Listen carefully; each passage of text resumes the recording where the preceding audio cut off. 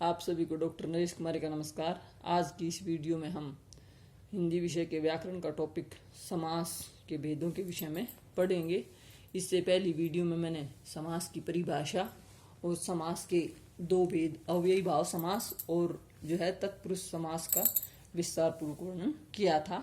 और आज इस वीडियो में मैं जो है क्रमधारय समास, द्विगु समास, द्वंद्व समास और बहुब्रीहि समास के विषय में बताऊंगी। मैं आशा करती हूँ कि आप शुरू से लेकर अंत तक इस वीडियो को ध्यानपूर्वक देखेंगे और सुनेंगे और अपने चैनल को सब्सक्राइब करेंगे और वीडियो को ज़्यादा से ज़्यादा लाइक एंड शेयर भी करेंगे।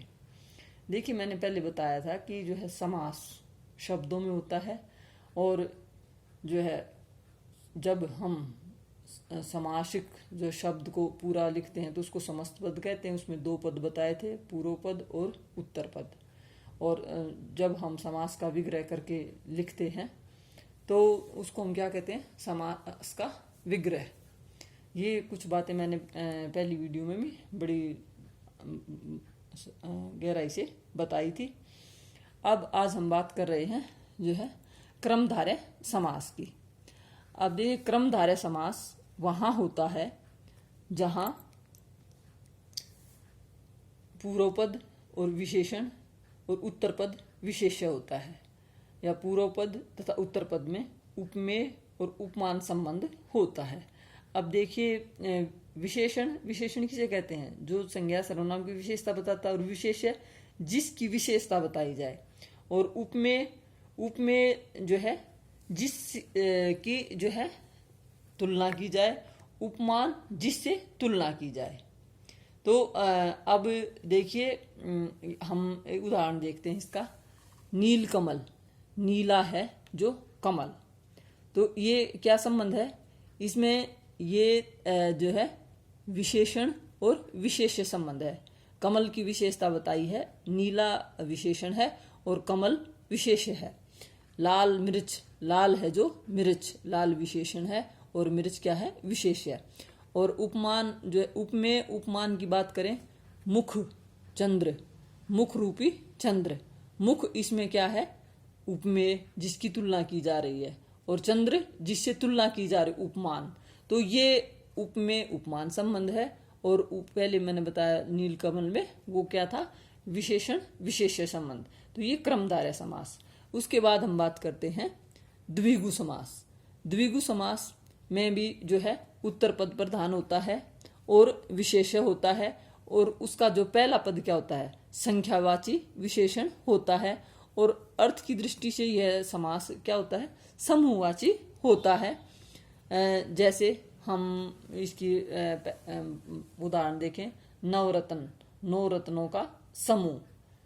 पंचवटी, 5 वटों का समूह। शताब्दी, 100 अब्दों का समूह। अब्द माने होते हैं वर्ष, शत माने 100। तो ये जितने भी जो जिसका पहला पद संख्यावाची होता है वो कौन सा समास कहलाता है, द्विगु समास। इसकी बड़ी जो है साधारण सी मतलब पहचान है इसका, सतसई, 700 दोहों का समूह, सतसई। तो ये जो है द्विगु समास है। अब देखो, एक इसमें उदाहरण होता है दशानन। तो दशानन को आते ही बच्चे इसको क्या कहते हैं कि दश जो है संख्यावाची, लेकिन ये दशानन हमेशा किस में रहता है, बहुब्रीहि में। 10 आनंद, 10 हैं आनंद जिसके, रावण के लिए जो शब्द प्रयुक्त होता है। तो ये इसमें ध्यान रहे, ये द्विगु समास का जो है उदाहरण नहीं है, ये वो बहुब्रीहि में जाता है। बहुब्रीहि और द्विगु समास में बच्चे इसी तरह से जो है पजल होते हैं, क्योंकि कुछ उदाहरण दोनों में एक जैसे लगते हैं। लेकिन जब हम विग्रह करते हैं तो इसमें जो द्विगु समास में होता है उसमें हम विग्रह करते वक्त ये कहेंगे समूह के रूप में।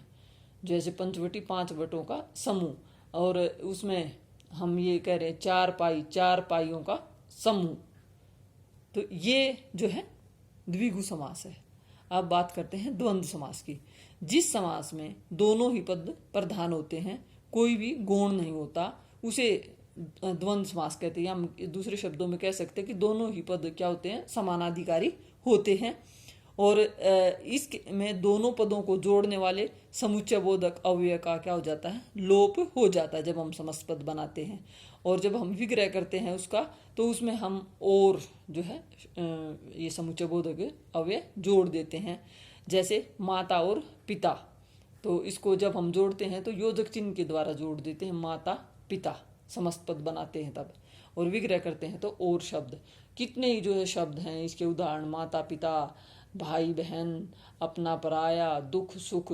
तो बस इसकी बिल्कुल साधारण सी पहचान है, इसमें हम जो है और योजक के द्वारा और जो है समुच्चय बोधक अवयव के द्वारा जोड़ देते हैं, और जब हम समस्त पद आते हैं तो उसमें योजक चिन्ह के द्वारा दोनों शब्दों को जोड़कर लिख देते हैं।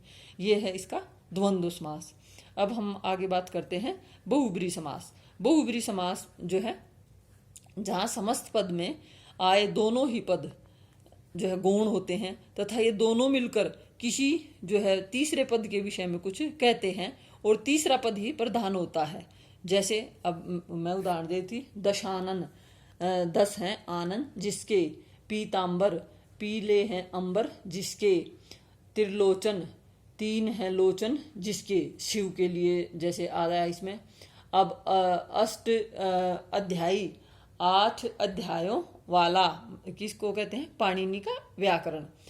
अब बहुब्री समास और क्रमधारय समास, जैसे पीतांबर शब्द है, पीतांबर शब्द को बच्चे कई बार देखते हैं तो कहते हैं कि पीतांबर तो जो है क्रमधारय में, इसमें विग्रह करते उसको देखो जो विग्रह दिया होता है। यदि पीला है जो अंबर, अगर उसमें विशेषण विशेष संबंध से जैसे विग्रह कर रखा है तो वो है क्रमधारय समास। लेकिन पीले हैं वस्त्र जिसके, तीसरे की तरफ इशारा करें, वो श्री कृष्ण के लिए या विष्णु के लिए, तो ये जो है क्या कहलाएगा, बहुब्री समास कहलाएगा। और पीला है जो वस्त्र, तो इन दोनों में बहुब्री समास में और क्रमधारय समास में भी जो है आप अंतर इस प्रकार से जान सकते हैं।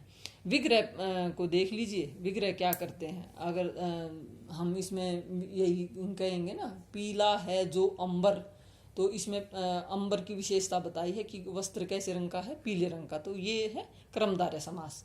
और पीले हैं वस्त्र जिसके, तो वो श्री कृष्ण, ये बहुब्री समास होगा। अब आगे हम बात करते हैं, देखो कुछ शब्द ऐसे होते हैं, दही बड़ा, दही में डूबा हुआ बड़ा, तो इसे हम मध्यम पद लोपी समास कहते हैं। मध्यम माने बीच के पदों का जिसमें लोप हो जाता है जब हम सामासिक पद बनाते हैं। तो रेलगाड़ी, बैलगाड़ी, ये इस तरह के जो शब्द होते हैं ये कौन से होते हैं, मध्यम पद लोपी समास के अंतर्गत आते हैं।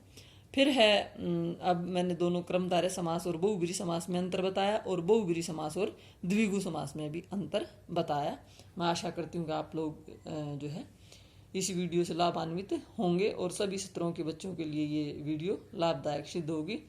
और मैं आशा करती हूँ कि आप ज़्यादा से ज़्यादा इस चैनल को सब्सक्राइब करेंगे और वीडियो को लाइक एंड शेयर करेंगे। नमस्कार, आज के लिए इतना ही काफ़ी।